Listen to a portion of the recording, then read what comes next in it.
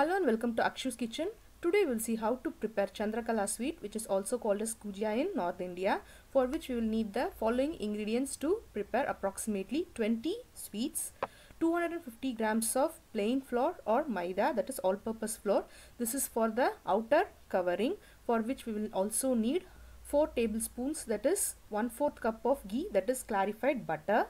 And for the inner stuffing, 1 cup of plain koya or mava, which I have got from 2 liters of milk, and 300 grams of powdered sugar, and also some chopped nuts of your choice. I am using cashew nuts, almonds and raisins. You can also use pistachios and hazelnuts. Finally, for the sugar syrup, we will need 400 grams of sugar.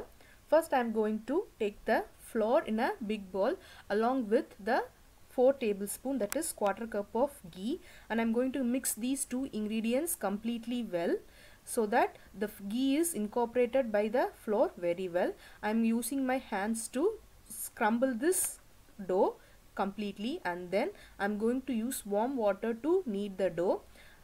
You will need only less water, less than half a cup. I am going to knead it into a tight dough, not a sticky dough but a non-sticky and tight dough like this, and I am going to let it to rest for about 15 to 20 minutes before we prepare the inner stuffing. So let it be aside. Next, in a pan I am going to fry the mava for about 3 to 4 minutes. This is to avoid it from getting ruined very early. It will stay for about 4 to 5 days if you do this. So once you fry it, it becomes softened. So I'm going to keep it aside. Next, in the same pan, I'm going to add 1 teaspoon of ghee, that is clarified butter, and fry the almonds and cashew nuts. So I'm going to fry it for a minute or two until it becomes light golden in color, and then I'm going to add the raisins as well and fry it for another minute, and then once it is all light golden in color, I am going to remove it from the flame and add it to the already fried koya and allow this to come to room temperature or warm temperature. Then we will add the sugar to this. So before it gets cooled down, we are going to prepare the outer layer. So I am going to form small balls out of the already kneaded dough and prepare the balls. And once we have prepared all the balls, I am going to roll it out into small puris. So since there is lot of ghee in the dough, you will not need any flour or oil to dust the surface. So I have prepared all the small size puris. So also my inner stuffing has cooled down. I am adding the powdered sugar to this and I am going to mix it well. Do not allow the mixture to cool down much, then the sugar will not get combined properly. So mix it when it is warm.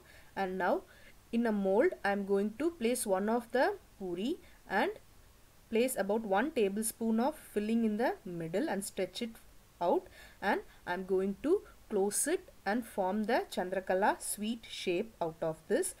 Trim the edges which is out of the mold, take it out, and inside you can see the perfect shape of Chandhrakala, and prepare all the puris like this. If you don't have this mold, you can prepare it with your hand itself.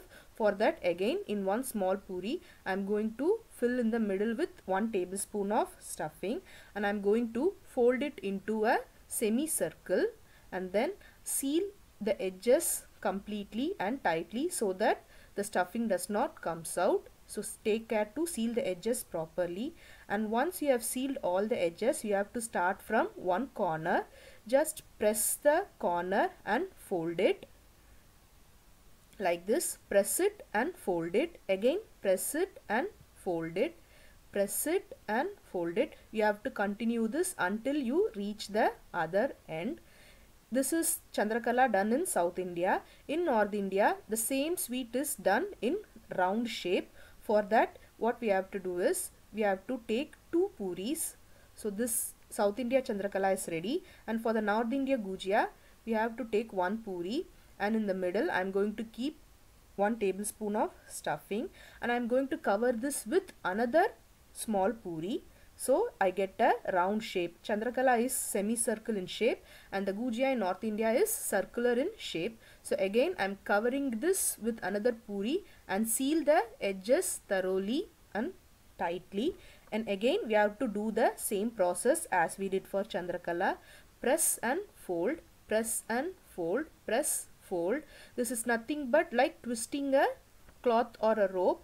So you will get this shape and the stuffing will get sealed inside thoroughly and you will not get any stuffings out when you are frying this. So once this is all done, you are ready to fry. You have to fry this Chandrakalas or Gujiyas in low temperature oil.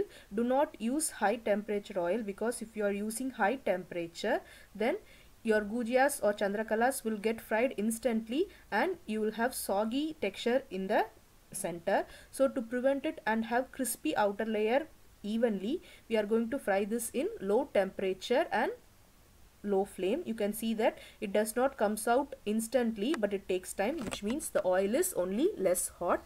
So this will take about 4 to 5 minutes to get fried. You will get only a light golden color, and that is perfect for Chandrakala. If it is too dark, it won't look good. So you have to fry it in low flame and temperature, and you will get this beautiful color, and fry it until all the Chandrakalas are fried and keep them aside.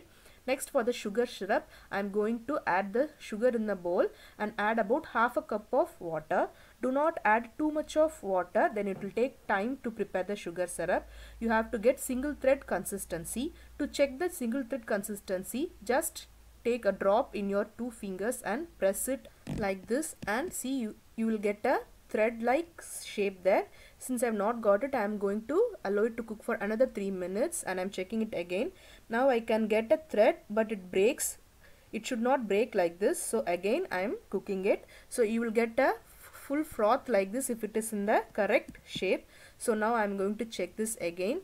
When I do that, you can see that I am getting a proper thread like this. It's not breaking, but it has a thread consistency. So this is a perfect consistency. I am switching off the stove, and to this syrup I am going to dip the Chandrakalas one by one. You need not immerse it for much. Just dip it, turn it to the other side, and for 5 seconds you have to keep it, and you can take it out.